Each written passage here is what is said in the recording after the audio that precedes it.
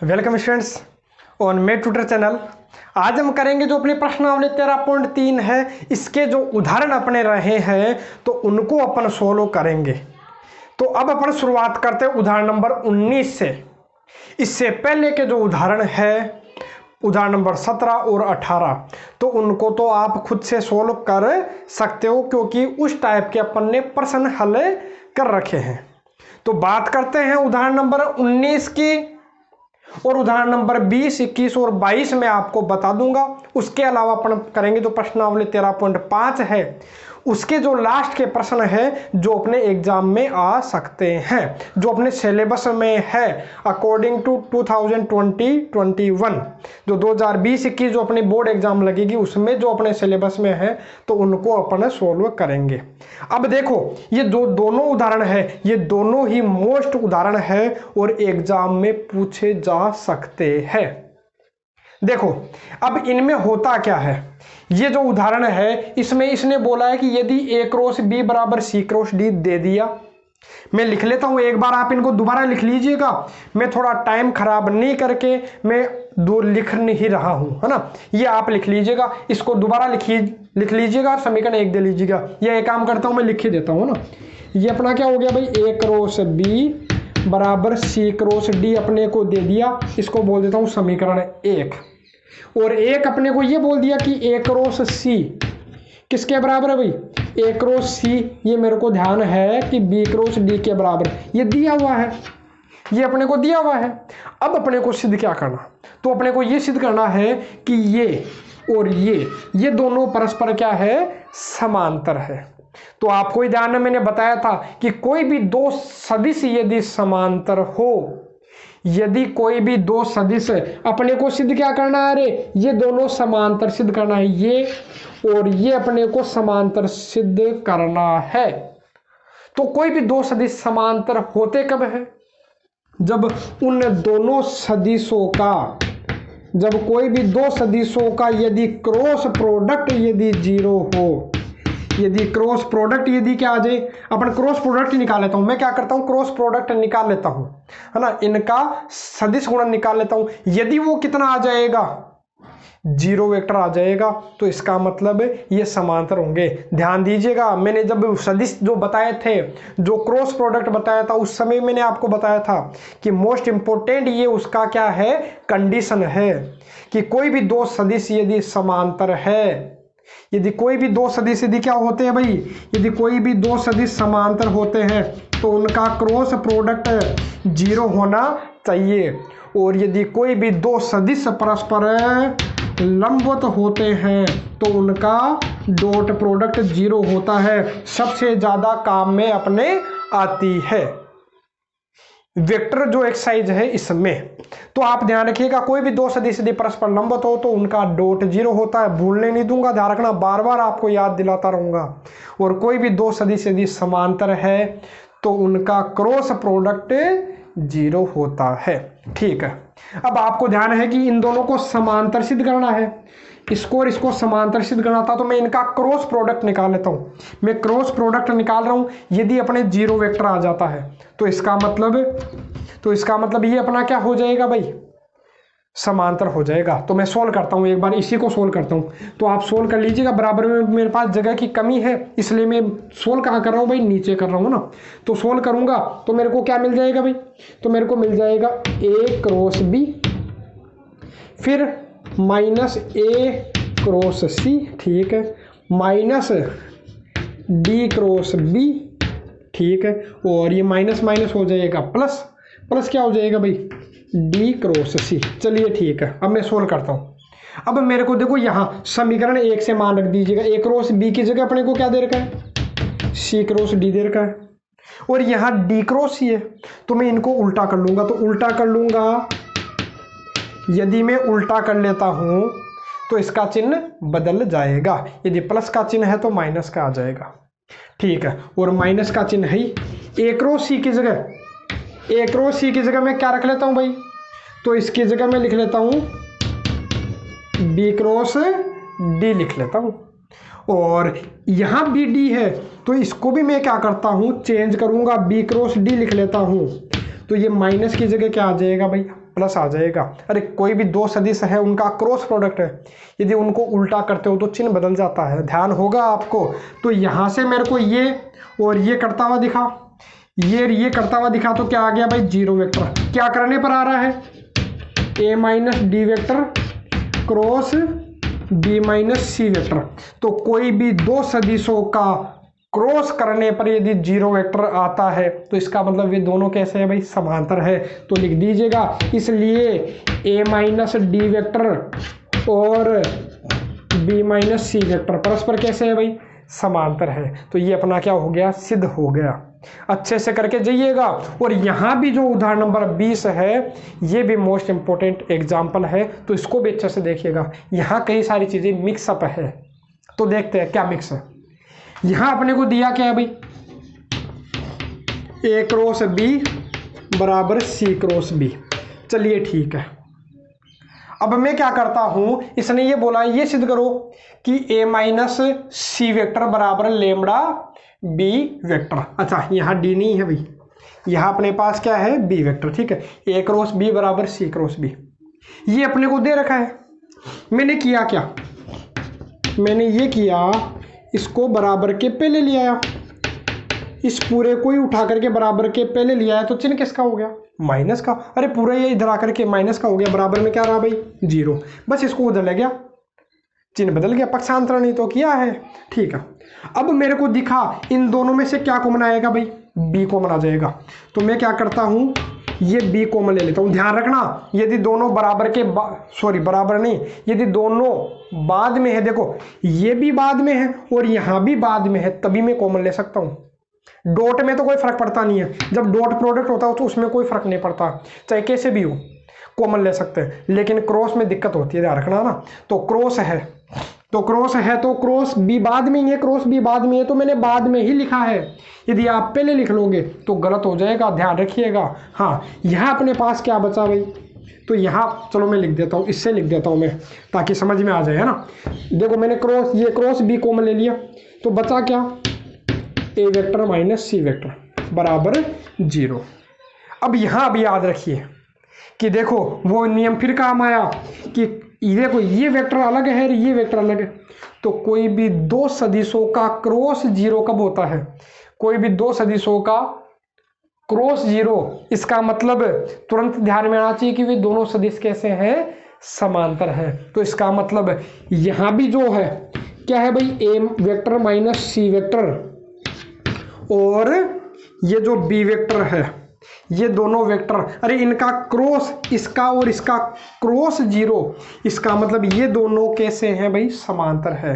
और अब आपको एक कंडीशन मैंने शुरुआत में ही बताई थी, जब इसका बेसिक बताया था 13.1, जब शुरुआत की थी मैंने प्रश्नावली 13वीं की, उसी समय मैंने आपको बताया था कि यदि कोई भी दो सदिश समांतर होते हैं तो एक सदिश दूसरे का लेमड़ा गुणा होता है।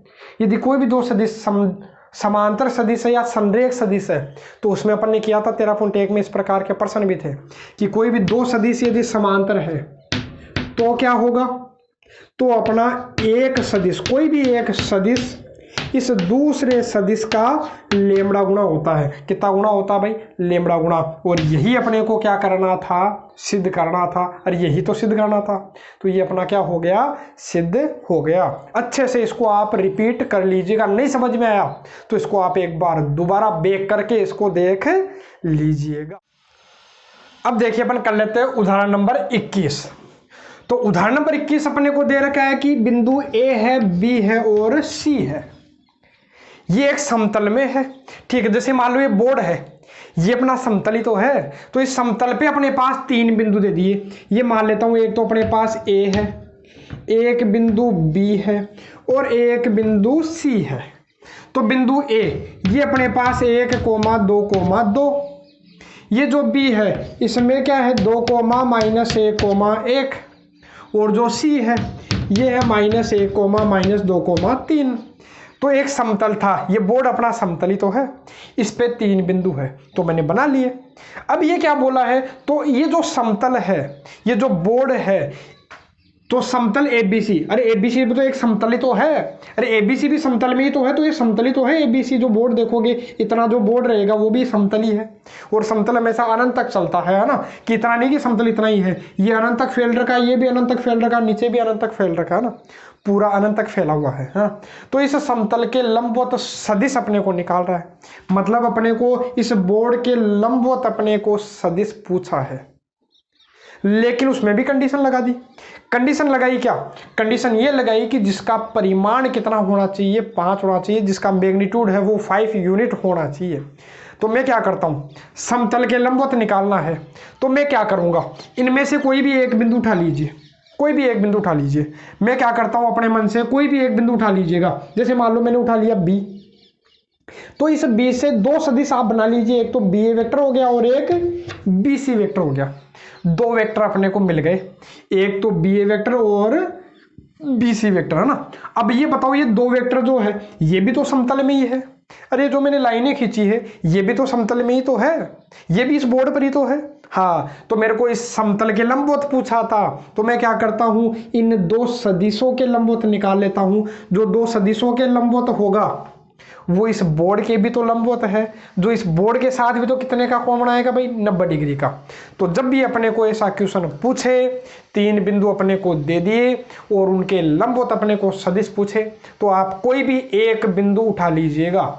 इन तीनों में से मैंने एक बिंदु उठा लिया बी, जरूरी नहीं आप बी उठाओ, आप ए उठा करके भी कर सकते हो, आप सी लेकर के भी कर सकते हो। मैंने उठा लिया बी, बी से दो सदिश मेरे को मिल गए, एक तो बी ए वेक्टर और एक बी सी वेक्टर। तो मैं इन दोनों के लंबवत सदिश निकाल लूंगा, इन दोनों के लंबवत इकाई सदिश।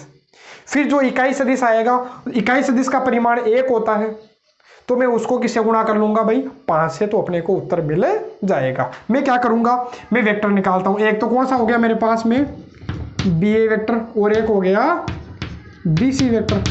बी ए वेक्टर तो कौन सा हो गया भाई, ए में से बी घटा लो, तो इसमें से ये घटाओगे तो माइनस आई कैप, इसमें से ये घटा लीजिए तो प्लस का 3 जे कैप, इसमें से ये घटा लोगे तो प्लस का के कैप। और बी सी वेक्टर देखोगे तो सी में से बी घटा लो, -1 -2, माइनस के 3 आई कैप, माइनस का जे कैप और प्लस के 2 के कैप। ये मेरे को मिल गए 2 वेक्टर।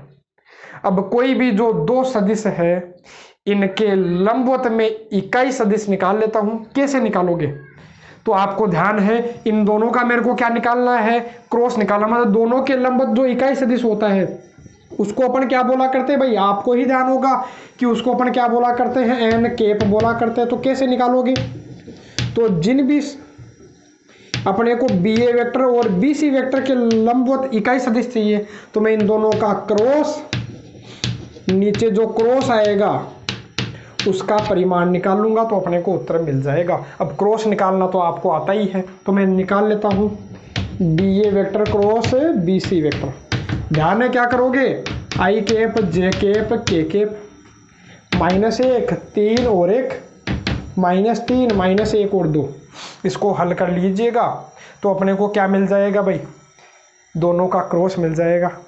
और क्रॉस में आप जो भी आएगा उसका परिमाण निकाल लीजिएगा और उसका भाग लगा दोगे तो आपको आंसर मिल जाएगा। लेकिन अंत में ये देखो, ये तो एन कैप रहेगा, एन कैप का परिमाण हमेशा 1 होता है। आपको क्या करना, जो भी आएगा इसमें इसका भाग देने पर जो भी आता है उसको 5 से गुणा कर लेना है। तो 5 से गुणा कर लोगे तो आपको एक्यूरेट आंसर इसका मिल जाएगा। तो इसको आप खुद से कर सकते हो। बाकी एग्जाम्पल है तो सॉल्यूशन इसमें भी अपने को दे रखा है। जो मेन मकसद था मेरे को ये समझाना, तो मैंने आपको समझा दिया कि इसमें ऐसा किया क्यों, क्या करना है, कैसे करना है और करना तो क्यों करना है, तो वो मैंने आपको बता दिया है तरीका। बात करूं उदाहरण नंबर 22 की। अच्छा उदाहरण है, ज्यामितीय व्याख्या की तरह है, तो इसको आप अच्छे से देखिएगा। क्या है, अपने को क्या बोला है कि सिद्ध करो कि चतुर्भुज। अब चतुर्भुज बोला तो चतुर्भुज किसी भी प्रकार का हो सकता है, जरूरी समांतर चतुर्भुज लो। पहले अपन ने ज्यामितीय व्याख्या की थी, वो समांतर चतुर्भुजों की थी, और वो दिया भी समांतर चतुर्भुजों के लिए था। लेकिन यहाँ कोई भी चतुर्भुज नहीं बोला है, तो कोई सा भी चतुर्भुज अपन बना लेते हैं। मैं क्या करता हूँ, एक चतुर्भुज बनाता हूँ मैं अपने मन से। तो ये लीजिए, मैं एक चतुर्भुज बना लेता हूँ। ये लीजिए, मैंने एक चतुर्भुज बना लिया, चतुर्भुज बना लिया। कैसे भी आप एक चतुर्भुज बना लीजिए, मैंने एक चतुर्भुज बना लिया ना, किसी भी प्रकार का, जरूरी नहीं वो समांतर चतुर्भुज हो, आपकी जैसे इच्छा है वैसा आप बना लीजिए। तो मैंने भी बना लिया, मेरा क्या जाता है, ठीक है। अब ये जो चतुर्भुज बना तो लिया, अब ये बोला कि इसका जो क्षेत्रफल होगा, इसका जो सदिश क्षेत्र है वो ये होगा, इसका जो सदिश क्षेत्रफल वो क्या होगा, AC vector cross BD vector. AC vector, तो AC वेक्टर मेरे को ये मिल गया और BD वेक्टर मेरे को ये मिल गया, तो ये भी मैं बना लूंगा। तो पहले मैं क्या करता हूं, तो पहले मैंने ये काम किया, पहले मैंने ये जो भी चतुर्भुज था इसको मैंने दो हिस्सों में बांट दिया, एक ही विकर्ण खींचा, कोई सा भी, आपकी इच्छा हो तो BD खींच लो, मेरी इच्छा हुई AC खींचने की तो मैंने AC खींच ली। जरूरी नहीं आप AC से करो, आप BD से करोगे तो भी आंसर मिल जाएगा, सेम आंसर मिलेगा, कोई चेंज नहीं होगा। और होता है तो आप मेरे को सेंड कर दीजिएगा, वो मैं आपकी प्रॉब्लम सोल्व कर दूंगा कि आपने कहाँ मिस्टेक की होगी, बाकी आप उसको सोल्व कर पाओगे। यदि एक तरीके से समझ गए तो दूसरा तरीका आप खुद कर सकते हो ना। तो देखो AC वेक्टर मैंने बना लिया। अब आपको ध्यान है, इस चतुर्भुज का क्षेत्रफल तो मेरे को आता नहीं है, कैसे निकालते हैं। मैं क्या करूंगा, इसको एक विकर्ण खींच लिया तो कितने हिस्सों में बट गया भाई, दो हिस्सों में बट गया। कितने हिस्सों में बट गया, दो हिस्सों में। और किसी भी त्रिभुज का क्षेत्रफल मैंने आपको बताया है कि कोई भी त्रिभुज जो होता है, तो किसी भी त्रिभुज का क्षेत्रफल निकालने के लिए आपको ध्यान है कि किसी भी एक बिंदु से जाने वाले दो सदिश ले लीजिए, कोई भी दो सदिश आपको मिल जाए, A वेक्टर और मान लो B वेक्टर मिल गया, तो बस आपको क्या करना है, इन दोनों का क्रॉस A क्रॉस B करके आधा कर लेना है, तो ये अपने को इसका सदिश क्षेत्रफल मिल जाएगा। और यदि आपको क्षेत्रफल ही चाहिए केवल संख्या में, तो आप इसको क्या कर लीजिए, इस कोष्ठक की जगह मोड लगा लीजिएगा, तो आपको क्या मिल जाएगी, संख्या मिल जाएगी, क्षेत्रफल मिल जाएगा। जो मैंने कोष्ठक लगा के लिखा था वो सदिश क्षेत्रफल था, पहले भी अपन ने किया हुआ है, ठीक है। जब मैंने प्रश्नावली 13.3 में ही बताया है, 13.3 का अंतिम क्वेश्चन था, इसी प्रकार का तो था। तो देखो मैं क्या करता हूं, यदि मेरे को पूरे का क्षेत्रफल निकालना है, पूरे का क्षेत्रफल निकालना है, तो मैं क्या करूंगा, मेरे को किसका क्षेत्रफल निकालना है, चतुर्भुज ABCD का सदिश क्षेत्रफल निकालना है। तो मैं क्या करूंगा, एक तो इसका, एक तो ADC, त्रिभुज कौन सा है भाई, ADC, इसका सदिश क्षेत्रफल, सदिश क्षेत्रफल, और ये जो नीचे वाला है, नीचे वाला त्रिभुज क्या है भाई, ABC का सदिश क्षेत्रफल। तो दोनों को मैं जोड़ दूंगा, अरे इसका और इसका जोड़ दूंगा तो मेरे को पूरे का मिल जाएगा। अरे आधा आधा कर दिया, आ गया। अब जरूरी नहीं आधा हो सकता है एक बड़ा और एक छोटा हिस्सा हो, क्योंकि त्रिभुज मान लो किसी भी प्रकार का हो सकता है ये तो ना। हाँ, तो मैंने क्या किया, एक तो ऊपर इसका क्षेत्रफल निकाल लिया और एक नीचे वाले का, दोनों को जोड़ लोगे तो अपने को पूरा चतुर्भुज का क्षेत्रफल मिल जाएगा। तो अब करता हूं मैं, तो आपको ध्यान ही है कि सदिश क्षेत्रफल निकालोगे कैसे। तो आपको ध्यान है, पहले मैं ऊपर वाले का निकाल रहा हूँ इसका, तो ये वाला अपने पास ऐसा दे रखा है भाई, इस प्रकार से दे रखा है, इस प्रकार से दे रखा है ना, A D और C। अब आपको ही ध्यान है, आपको क्या ध्यान है, एक ही बिंदु से जाने वाले दो सदिश ये है, एक ही बिंदु से जाने वाले दो सदिश होने चाहिए। मैंने आपको पहले भी बताया है, एक ही बिंदु से जाने वाले दो सदिश होने चाहिए, तभी अपन उनका क्रॉस करेंगे, ठीक है। तो मैं क्या करूंगा, इसका क्षेत्रफल कैसे आएगा भाई, तो इसका क्षेत्रफल आ जाएगा 1/2 सदिश क्षेत्रफल है, तो 1/2 AD क्रॉस AC, आपकी जैसे इच्छा वैसा ले लीजिए। मैं क्या करता हूं, मेरे को पहले AC दिखाई दे रहा, तो मैं क्या करता हूं, पहले AC फिर लेता हूं AD। मैं क्या ले लेता हूं भाई, इसको लिख लेता हूं AC, चलो लिखे लेता हूं इस प्रकार से, AC क्रॉस AD।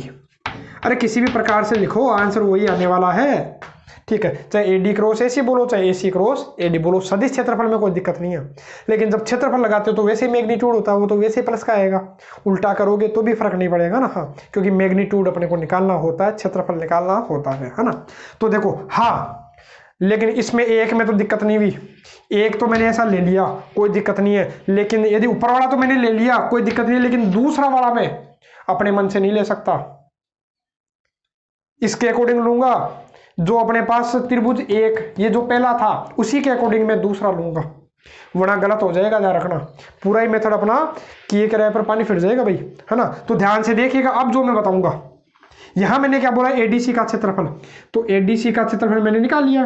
देखो एक ही बिंदु से दो सदिश यही जा रहे हैं, एडी और एसी, एडी और एसी। तो मैंने इनका क्या किया, क्रॉस किया, एसी क्रॉस एडी लिख लिया और उसका 1/2। यही तो त्रिभुज का क्षेत्रफल होता है, सदिश क्षेत्रफल, है ना।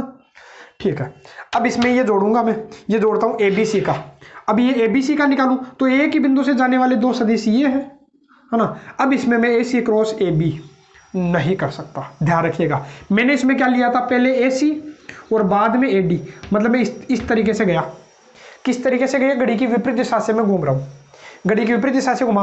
पहले लिखा मैंने एडी और बाद में लिखा मैंने, सॉरी, पहले लिखा मैंने एसी और बाद में लिखा मैंने एडी। मतलब एक बार इसको भूल जाइए, मैं इस तरफ से इस तरफ जा रहा हूँ। ध्यान दीजिए मैं क्या कर रहा हूँ, ए से, इस सी से किस तरफ जा रहा हूँ भाई, डी की तरफ। यहाँ से इस तरीके से मैं घूम रहा हूँ, सी से डी की तरफ जा रहा हूँ। तो यहाँ भी मैं ये करूँगा, मतलब नीचे वाले से इस तरफ जाऊँगा, ऊपर वाले की तरफ, है ना। लिखूंगा क्या, लिखने को तो मैं एसी क्रॉस ए बी भी लिख सकता हूँ, लेकिन गलत वो तरीका हो जाएगा। ठीक है, क्यों, क्योंकि इसमें मैंने क्या लिया, घड़ी की विपरीत दिशा में घुमाया है, तो इसको भी मैं घड़ी की विपरीत दिशा में ही घुमाऊंगा। ध्यान रखिएगा, यही गलती होती है और यही आपको कंफ्यूज होता है और आगे उत्तर नहीं आ पाता है। तो देखो मैं, हाँ, यदि मैं इसको ऐसा लेता तो इसको भी ऐसा ले लेता तो कोई दिक्कत नहीं है, चाहे करके देख लीजिएगा, वही आंसर आपको मिलेगा। तो मैं क्या करता हूँ, उल्टी दिशा में लूँगा, तो वही 1/2, 1/2 और क्या हो जाएगा भाई, ए बी क्रॉस ए सी। ठीक है, अब आप बोलोगे कि यहाँ 1/2 कॉमन आ गया, बिल्कुल आ गया। आप बोलोगे ए सी कॉमन ले लो, नहीं ले सकता।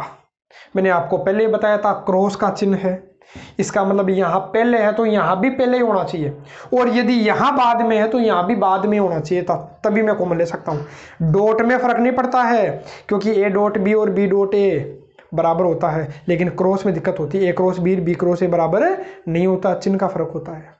तो मैं क्या करता हूँ, इसको भी उल्टा कर लेता हूँ। क्यों, क्योंकि देखो ये लो 1/2 A C cross A D तो ही है, ठीक है, प्लस 1/2 उल्टा करोगे तो ये चिन्ह बदल जाएगा क्रॉस में ना, तो ये हो जाएगा ए C cross A B.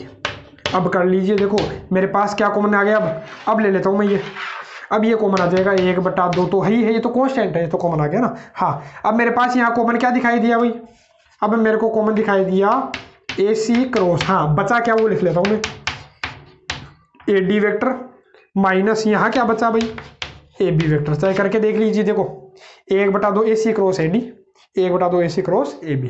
Cross में अपने को उल्टा सीधा नहीं करना कभी भी, है ना। हाँ, अब यहाँ इसका मान मैं रख देता हूँ, देखो A D minus A B, A D minus A B, A D minus A B, मतलब मैं क्या करता हूँ, ये तो मैंने समझाने के लिए ड्रॉ किया है यहाँ ना। तो मैं क्या करता हूँ, चलो ये भी एक बार मैं साफ कर लेता हूँ, समझाने का काम अपना खत्म हो गया है। अब ये अपना विकर्ण ये भी बना लेता हूँ। अब मैंने बनाया तो त्रिभुज में आप पहले लिख लीजिएगा, चाहे शुरू में लिख लीजिएगा, त्रिभुज कौन से में, त्रिभुज ए बी डी में, त्रिभुज ए बी डी में। इस त्रिभुज में देखिए इस तरीके से बन रहा है, ये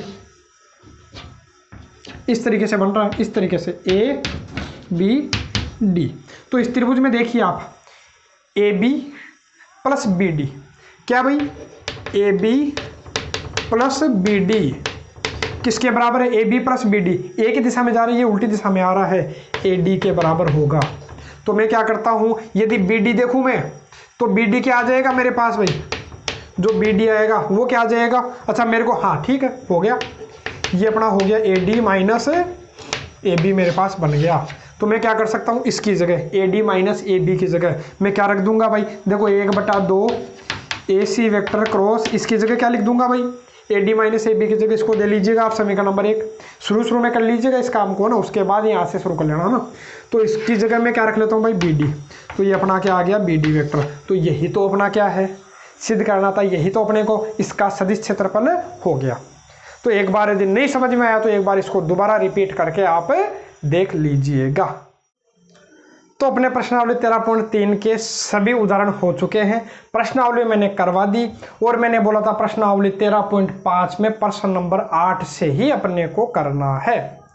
तो 8 से लेकर के जो 8वां है उसमें बीच का कोण पूछा है। अरे ए का परिमाण दे दिया, बी का परिमाण दे दिया, ए डॉट बी दे दिया, तो बीच के कोण का फॉर्मूला मैंने लिखवा ही रखा आपको डायरेक्ट। क्या होता है, अरे थीटा बराबर cos inverse A dot B बटा ए बी। तो सभी चीजें अपने पास है तो रख दीजिएगा तो आपको कोण मिल जाएगा। जो 9वां था उसमें भी बीच का कोण पूछा है। 10वें 11वें में प्रक्षेप अपने को पूछा है तो प्रक्षेप अपन ने पढ़ रखा है। प्रश्नावली 13.2 में बता रखा है मैंने कि प्रक्षेप होता क्या। प्रक्षेप को मैंने सिद्ध भी करवाया था। यदि ए वेक्टर का बी वेक्टर पर प्रक्षेप हो तो ऊपर तो डॉट आता ही आता है, कभी भी हो ऊपर तो डॉट आएगा ही आएगा। जिस पर भी हो, अरे जहां पर भी पर आ जाए, जिस पर भी होगा उसका मैग्नीट्यूड उसका परिमाण नीचे आएगा। जिस पर भी होगा उसका मैग्नीट्यूड नीचे आएगा, याद रखिएगा। वो मैंने आपको सिद्ध भी करवाया था ना, हाँ, और याद करने का तरीका भी बताया था। उसके बाद का जो लास्ट अपने पास 12वां प्रश्न है, तो 12वें प्रश्न में सेम इसी तरीके का अपने को काम करना है। तो मैं ये करवा देता हूं, तो उसको तो आप खुद से सोल्व कर सकते हो। अरे डॉट ही तो करना है, अरे डॉट ही तो करना है तो कर लेंगे उसको। ठीक है, बात करते हैं प्रश्न नंबर 13 की, शुरुआत करते हैं।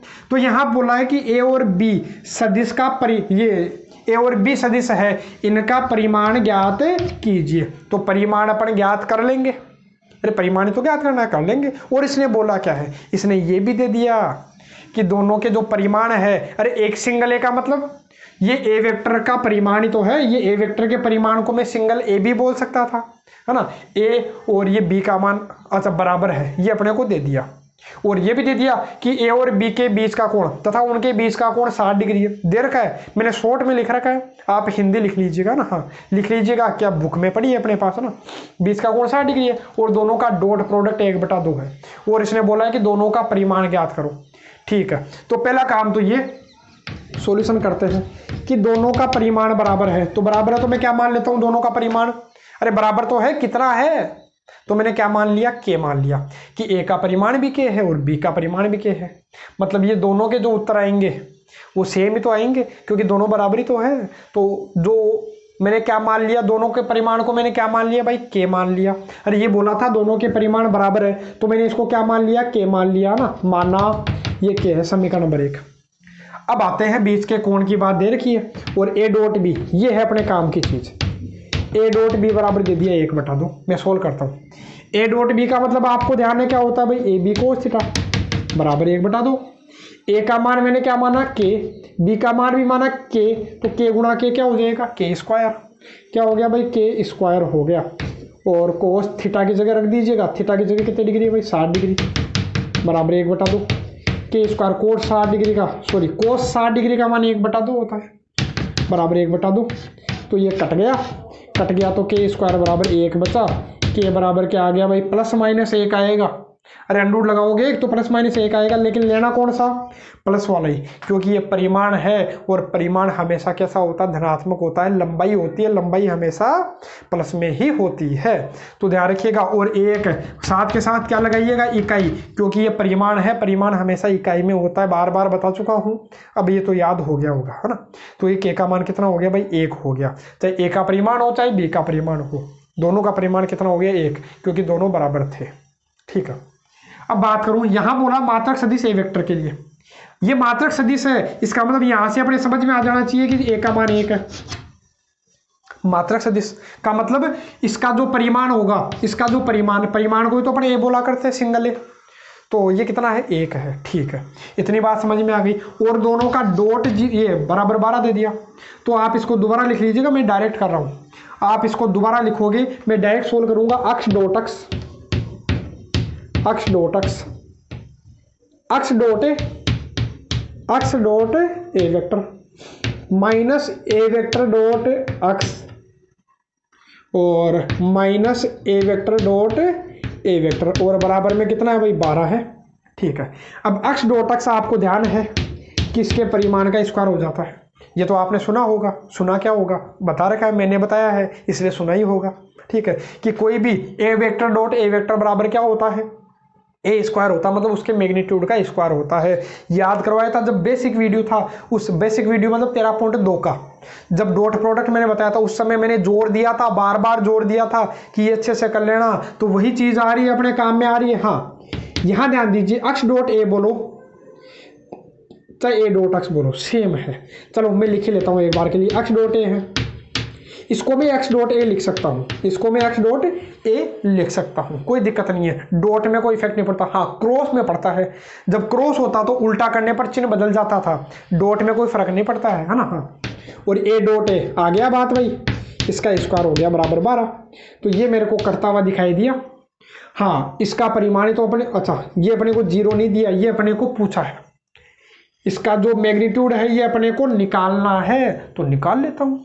देखो, इसके मैग्नीट्यूड का स्क्वायर माइनस, हाँ इसका मैग्नीट्यूड अपने पास है, यही तो है, कितना भाई, एक का स्क्वायर 1 हो गया बराबर 12, तो ये कितना हो जाएगा भाई 13, और स्क्वायर हटा दीजिए, तो स्क्वायर हटा दोगे तो आपको कितना मिल जाएगा भाई, √13, प्लस माइनस √13 होगा, लेकिन लेना कौन सा, पॉजिटिव लेना, प्लस वाला लेना। ध्यान है, क्योंकि ये क्या है, परिमाण है, दूरी है, तो हमेशा प्लस में ही होती है, और इकाई लगाना तो वैसे ही नहीं, अपन भूलते नहीं है, यूनिट लगा लीजिएगा ना। तो ये अपने को मिल गया, यही तो अपने को पूछा था। अच्छे क्वेश्चन है, जो भी लास्ट में इसने दे रखे हैं इनमें से लगभग अपने को बार बार किसी न किसी रूप में अपने को इस प्रकार का क्वेश्चन दे दिया करता है बोर्ड एग्जाम में। तो देखो, चाहे CBSE हो चाहे NCERT हो, दोनों में हर बार अपने को लगभग इस टाइप का क्वेश्चन मिल जाता है। बात करूं 15वीं की, काफी अच्छा क्वेश्चन है, देखिएगा। यहां अपने को क्या बोला भाई, यहां अपने को बोल दिया कि A वेक्टर अपने को दे दिया, B वेक्टर दे दिया और C वेक्टर दे दिया, और इसने ये बोल दिया कि ये जो है ये, अरे A plus lambda B vector जो भी है, ये C वेक्टर पर क्या है, लंब है। लंब है तो किसका मान ज्ञात करो, लेमड़ा का। तो कैसे ज्ञात करें, तो देखो आपको ये वाली कंडीशन काम में ले लेनी है, आपको दोबारा लिखना है कि ये इस पर लंब है। यदि ये इस पर लंब है तो आपको ही ध्यान है कि कोई भी दो सदिश परस्पर लंबवत हो, ये परस्पर लंबवत है, तो दोनों का डॉट कितना होगा, 0 होगा। तो कर लीजिए, आपको क्या मिल जाएगा, यहाँ मिल जाएगा A dot C plus lambda तो है जो है, यहाँ क्या मिल जाएगा भाई, B डॉट C बराबर 0।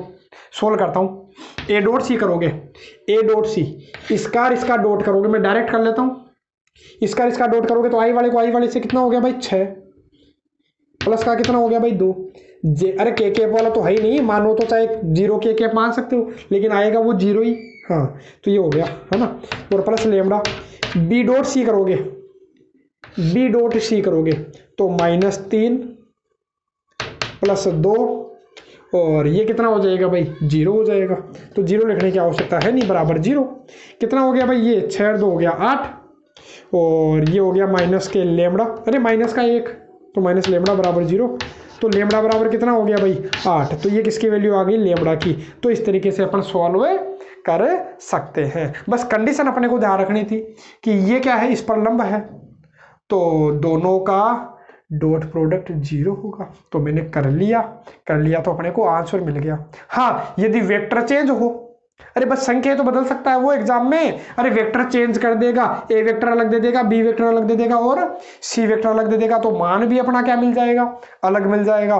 बस तरीका अपने को समझ में आना चाहिए, तरीका समझ में आ गया तो क्या वो संख्या चेंज कर देगा तो भी अपना क्या है, सोल्व तो कर ही लेंगे। हाँ, यहाँ बोल दे lambda A vector plus B vector इस पर लंबवत है तो भी कर लेंगे, लंबवत है तो ध्यान है डॉट 0, चाहे कोई भी हो तो अपन सोल्व इसको कर सकते हैं, यदि तरीका आपने समझ में आ जाएगा। अब कर लेते हैं अपन इस प्रश्नावली के और आज के वीडियो लेक्चर के अंतिम क्वेश्चन। इन्हीं क्वेश्चन के साथ अपने प्रश्नावली भी क्या हो जाएगी भाई, समाप्त हो जाएगी। और बाकी जिसको एक्स्ट्रा देखना है तो मैंने आपको बता दिया था, प्लेलिस्ट जो है वो बनाई हुई है, वहाँ आपको 13.4 और 13.5 के वीडियो लेक्चर भी मिल जाएंगे, तो वहाँ से आप उनको भी देख सकते हो जिसको एक्स्ट्रा देखना हो। बाकी अपन करें प्रश्न नंबर 16 की बात, तो प्रश्न नंबर 16 है ABC मात्रक सदिश है। मात्रक सदिश का मतलब अपना ये हो गया कि इनके जो परिमाण है ABC, अरे सिंगल A का मतलब परिमाण A का, B का मतलब B का परिमाण है, C का मतलब C वेक्टर का परिमाण है, कितना हो गया 0 हो गया, सॉरी मात्रक सदिश है, कितना हो गया, तीनों के मान कितने हो गए भाई 1 हो गया। तीनों के मान ए बी सी, तीनों का मान अपना 1 हो गया। ठीक है, और इसने बोला है, ये समीकरण नंबर 1 दे लेता हूँ। इसने ये बोला कि A vector plus B vector plus C vector बराबर 0 वेक्टर है, और इसके मान पूछा है। अरे देखो दिया ए प्लस बी प्लस सी है, और डॉट आ गया कहाँ से? डॉट तो कहीं दिख रहा ही नहीं है मेरे को, कहीं डॉट कहीं दिखाई नहीं दे रहा प्रश्न में, तो आएगा कैसे? तो मैंने आपको पहले ही बताया था कि डॉट कैसे आएगा, तो वही चीज़ फिर से काम आने वाली है, ध्यान रखिएगा। मैं क्या कर लेता हूँ, दोनों पक्षों का स्क्वायर आपको अगली लाइन में कर लेना है। अब कोई भी इसका स्क्वायर है, मैंने बताया था, जैसे ए स्क्वायर का मतलब क्या है, इसका मतलब ये है ए वेक्टर डॉट ए वेक्टर, किसी का भी स्क्वायर हो उसका मतलब ये है उसके मैग्नीट्यूड का स्क्वायर है। अरे उसका मतलब हुआ क्या, वो उसके मैग्नीट्यूड का स्क्वायर है, परिमाण का स्क्वायर है। तो किसी के भी परिमाण का स्क्वायर क्या होता है, ए डॉट ए तो होता है, करके बताया था मैंने पहले भी आपको इस प्रकार का क्वेश्चन। तो इसका मतलब क्या है भाई, इसका मतलब ये है A plus B plus C dot A plus B plus C हो जाएगा। और 0 वेक्टर का मतलब, ये 0 वेक्टर का इसका मतलब ये है कि 0 वेक्टर के परिमाण का स्क्वायर है। तो 0 वेक्टर का परिमाण कितना होता है भाई, 0 ही तो होता है। अरे परिमाण 0, तो 0 का स्क्वायर कितना होता है भाई, 0 होता है। ठीक है, अब सोल्व करोगे तो आपको मिलेगा ए डॉट ए, क्या मिलेगा भाई, ए डॉट ए। तो ए डॉट ए में डायरेक्ट कर देता हूँ, आपको पूरा तरीके से सोल्व करना, मैं डायरेक्ट कर रहा हूँ। ए डॉट ए क्या हो जाएगा भाई, ए स्क्वायर, यहाँ मिलेगा मेरे को ए डॉट बी, चलिए ठीक है मिल गया मेरे को ए डॉट बी। फिर मिलेगा मेरे को ए डॉट सी, चलो ठीक है ए डॉट सी भी मिल गया मेरे को। फिर बी डॉट ए, तो बी डॉट ए को मैं उल्टा करके लिख लूँगा ए डॉट बी, तो कितनी बार आ जाएगा भाई, 2 बार हो जाएगा। और या तो इस तरीके से आप सोल्व कर लीजिएगा। आप क्या करोगे, सभी का डॉट करोगे, तो मैं क्या कर लेता हूँ, इसको डायरेक्ट लिख लेता हूँ। डायरेक्ट क्या लिखूंगा भाई, तो डायरेक्ट जब आप सोल्व करोगे तो आपको इस प्रकार से मिल जाएगा। किस प्रकार से, इस प्रकार से मिल जाएगा, A square plus B square plus C square 2 A dot B 2 B dot C और 2 सी डॉट ए बोलो चाहे ए डॉट सी बोलो, एक ही बात है ना, बराबर 0। यदि नहीं आए तो आराम से सोल्व कीजिएगा। ए डॉट ए अपना हो गया ए स्क्वायर, ए डॉट बी करोगे तो ए डॉट बी तो था ही, फिर बी डॉट ए जब करोगे तो वो बी डॉट ए को ए डॉट भी लिख लिया, तो मैंने क्या लिख लिया भाई, इसको 2 ए डॉट भी लिख लिया। फिर मैंने क्या किया था, ए डॉट सी किया था, ए डॉट सी को आप सी डॉट ए भी लिख सकते हो। फिर यहाँ भी आप करोगे सी डॉट ए करोगे, तो सी डॉट ए कितना हो जाएगा, 2। तो इस तरीके से आप पूरे को सोल्व करना, इसको तीनों से करोगे, बी को तीनों से करोगे, सी को तीनों से करोगे, तो ए डॉट ए तो अपना ए स्क्वायर हो जाता है, बी डॉट बी अपना क्या हो जाता है, बी स्क्वायर, और सी डॉट सी अपना क्या हो जाएगा, सी स्क्वायर, है ना। तो सोल्व करोगे तो मिल जाएगा। ए का मान मेरे को दिख रहा है कितना है भाई, 1 है, तो ए का स्क्वायर 1, ए का स्क्वायर 1, सी भी 1 है, तो ए का स्क्वायर 1। और इनमें मेरे को 2 कॉमन दिखाई दे गया, 2 कॉमन दिखाई दे गया, तो A dot B plus B dot C plus C dot A बराबर कितना है भाई, 0 है। तो इसका मान अपन निकाल ही सकते हैं। देखो ये 1 1 1 कितना हो जाएगा, 3 हो जाएगा। अरे ये कितना हो जाएगा भाई, 3, इधर आके -3 हो गया। और यहाँ रहेगा क्या, 2 A dot B B dot C C dot A, यही तो रहा।